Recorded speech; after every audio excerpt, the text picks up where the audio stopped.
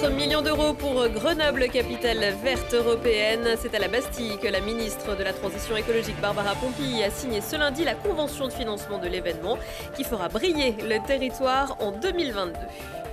Parce que tout le monde n'a pas eu la chance d'avoir un vélo quand il était petit, la DTC Se déplacer autrement organise des remises à niveau pour les adultes, remontées en selle aussi pour créer du lien. Et puis tout le monde dehors cette semaine à Grenoble, mais avant cela on en parle avec l'organisateur de l'Outdoor Experts Forum et des Assises nationales du vélo à assistance électrique qui se tiendront au World Trade Center. Bonsoir à tous, ravi de vous retrouver dans ce JT du lundi 18 octobre 2021. L'essentiel de l'actualité du Grand Grenoble, c'est du lundi au vendredi à partir de 18h. Quelle était verte ma capitale? Après celle des Alpes, Grenoble deviendra en 2022 capitale verte européenne.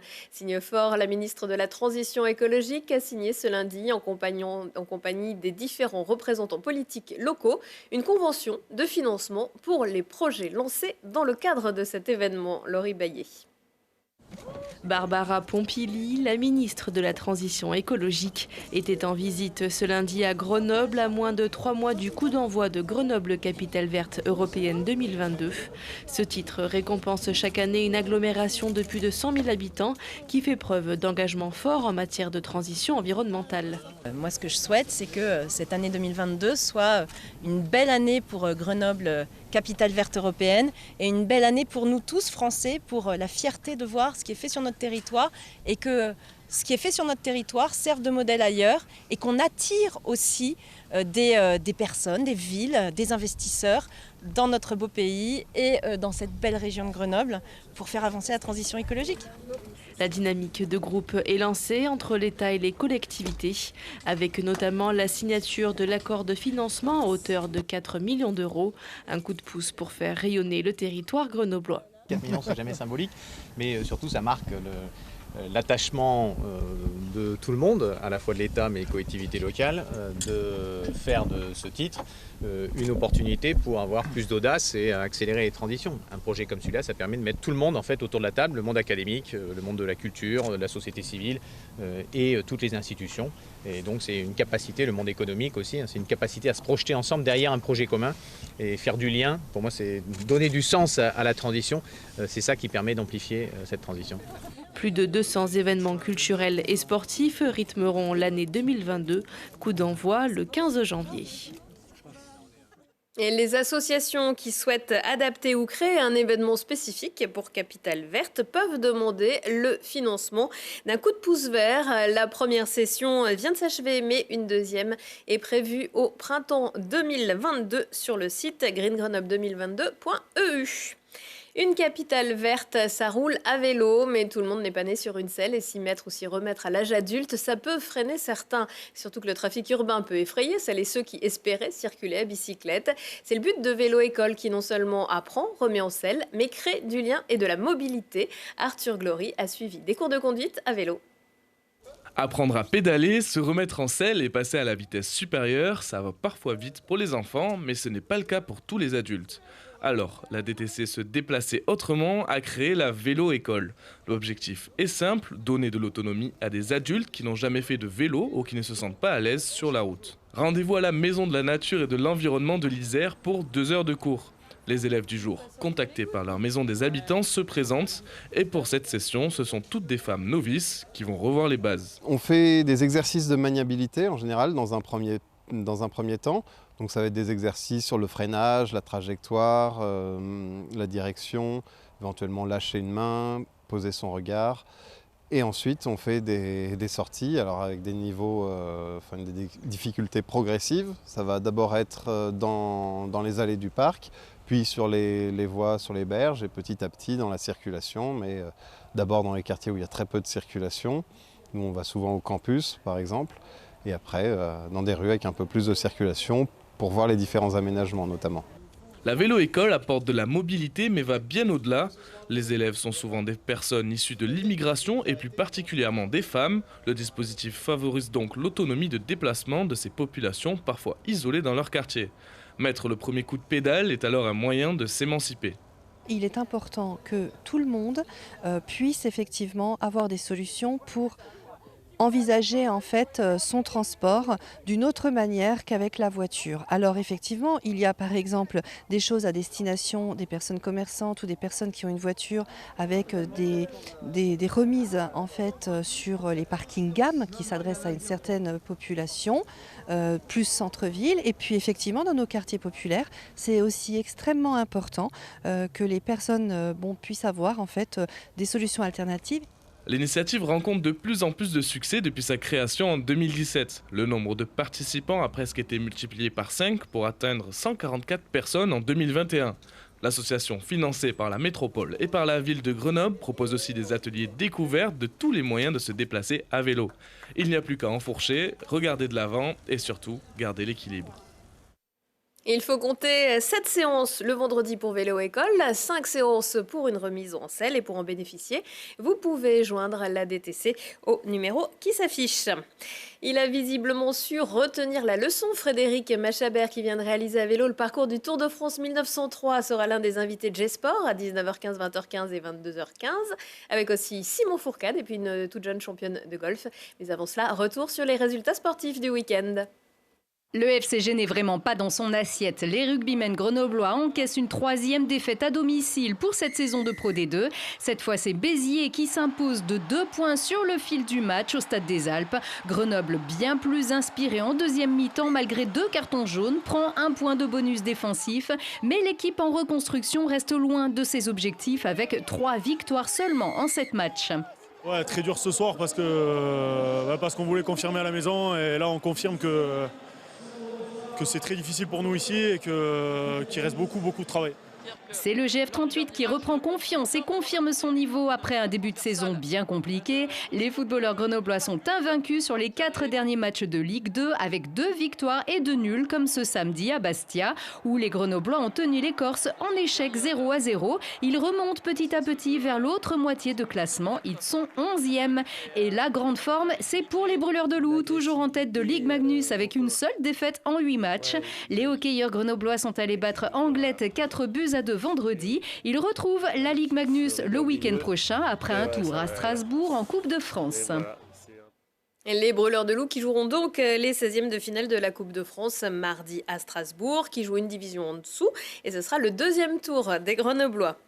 On n'arrête ni le sport ni le vélo cette semaine puisque je reçois à présent Emmanuel Graveau. Bonsoir. Bonsoir. Et vous êtes directeur de la rédaction de Outdoor Experts. Vous êtes surtout, pour ce qui nous concerne aujourd'hui, organisateur de l'Outdoor Experts Forum et des Assises nationales du vélo à assistance électrique qui auront lieu donc à World Trade Center de Grenoble. Alors on va faire ça de manière chronologique. D'abord l'Outdoor Forum du 19 au 20 octobre. Quelles sont les motivations pour la pratique des activités en outdoor? Eh bien, l'objectif de ces rencontres est de rassembler les différents acteurs des sports de la nature, qu'il s'agit du milieu de l'industrie, du milieu économique ou associatif, pour permettre un développement harmonieux de toutes ces activités qui sont en pleine explosion depuis quelques années maintenant, évidemment. Et puis, on l'a bien vu, par défaut aussi, après les confinements qui ont montré le besoin, l'appétence des gens pour aller en nature pratiquer des sports. Alors on va détailler un petit peu tout ça. Vous le disiez, l'écosystème isérois est très riche, pas mal de start-up, d'entreprises. On peut en citer quelques-unes, Petzer, Light. Bien sûr, et historiquement même, Grenoble a toujours eu un rôle important dans cet écosystème, y compris au niveau des événements sportifs, puisqu'il y a effectivement sur le bassin beaucoup d'événements qui sont proposés. Donc c'était assez naturel aussi d'organiser ces rencontres ici à Grenoble. Alors vous le disiez, un secteur qui se portait déjà assez bien, mais qui a explosé ces 2 dernières années, si on met entre parenthèses le confinement. Et ça a peut-être d'ailleurs un lien. Voilà, tout à fait. Et ça montre l'importance de pouvoir, non pas encadrer, mais permettre le développement de ces activités. Tout d'une manière harmonieuse. Donc, ça veut dire en harmonie avec l'environnement, avec le le respect de l'environnement d'un côté, et aussi le respect des autres usagers, puisque effectivement, qui dit augmentation des pratiquants de différents sports peut éventuellement générer des conflits d'usage ou d'autres problèmes comme ça. Oui. Alors là, on voit des gens qui randonnent de façon assez tranquille, mais le gros boom ces dernières années, c'est évidemment le trail, le phénomène trail. On ne peut pas aller se balader en montagne sans voir des gens qui courent partout.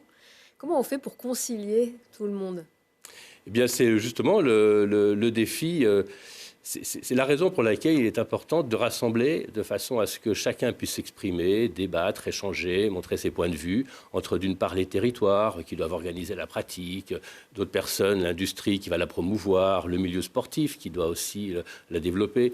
Donc voilà, l'objectif est de rassembler chacun pour pouvoir trouver les bonnes pratiques, les bonnes solutions et parfois un peu de bonne volonté pour permettre le développement accompagner le développement de ces activités. Alors en montagne aussi, on voit de plus en plus de vélos à assistance électrique tout terrain. Est-ce que c'est pas un peu triché ?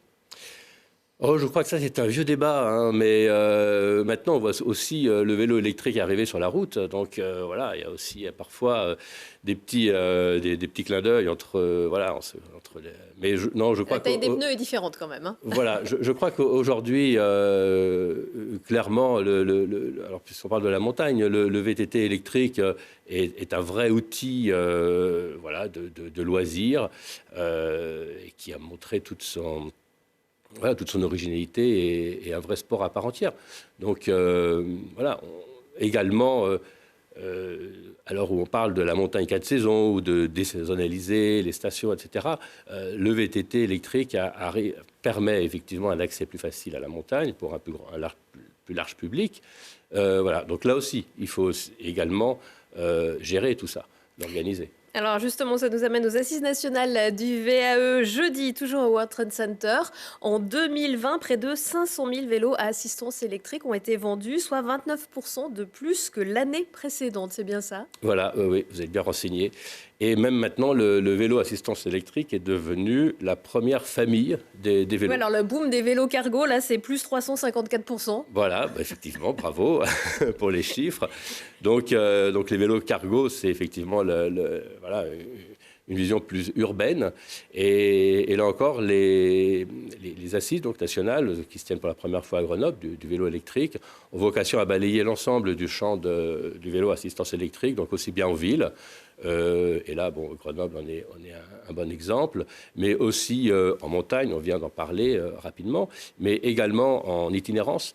Et on est aussi, Grenoble est au milieu d'un département qui offre de larges possibilités pour randonner en vélo électrique. Et notamment grâce au vélo à assistance électrique en libre service. Ça, c'est vraiment quelque chose qui peut développer la pratique ? Oui, alors après, il y a effectivement en ville du libre service, avec notamment Pony.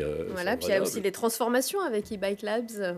Transformer son vélo en vélo électrique ? Tout à fait, oui. Il y a, là, on rejoint effectivement l'écosystème que vous évoquiez sur le bassin grenoblois avec à la fois certaines des start-up et puis des entreprises historiquement implantées comme Rossignol qui est passé du ski au vélo également depuis quelques temps maintenant. Merci beaucoup, Emmanuelle Graveau. Et puis bonne semaine, je crois qu'elle va être bien occupée pour vous. Merci. À vous. Allez, un peu de culture, ça peut pas faire de mal. Cirque, cinéma, musique, danse, lecture, street art ou culture scientifique jusqu'au 28 octobre. Les 10 jours de la culture de Grenoble-Alpes Métropole mettent en lumière une centaine d'événements dans plus de 30 communes, notamment grâce à un pass 10 jours qui permet de bénéficier de réductions. À découvrir par exemple mardi le retour de Josette Bays et de son incontournable groupe Grenade à la Rampe des Chirolles. Avec ses 14 plus jeunes danseurs âgés de 8 à 12 ans, elle imagine un conte écologique, un spectacle à l'énergie jubilatoire sur fond d'interrogations existentielles. Et puis le déclic de Clé accueille mardi soir Julie Gaillet et Judith Henry avec Je ne serais pas arrivée là si, d'après le livre d'Annick Cogent, grand reporter au Monde. Les deux comédiennes se glissent dans la peau de Gisèle Halimi, Virginie Despentes, Amélie Nothomb ou Christiane Taubira qui ont répondu à cette question. Judith Henry qui signe également la mise en scène et Julie Gaillet sont tour à tour celle qui interroge et celle qui répond. L'actu c'est aussi à 19h, 21h et 23h et en replay sur télégrenoble.net. Excellente soirée à tous.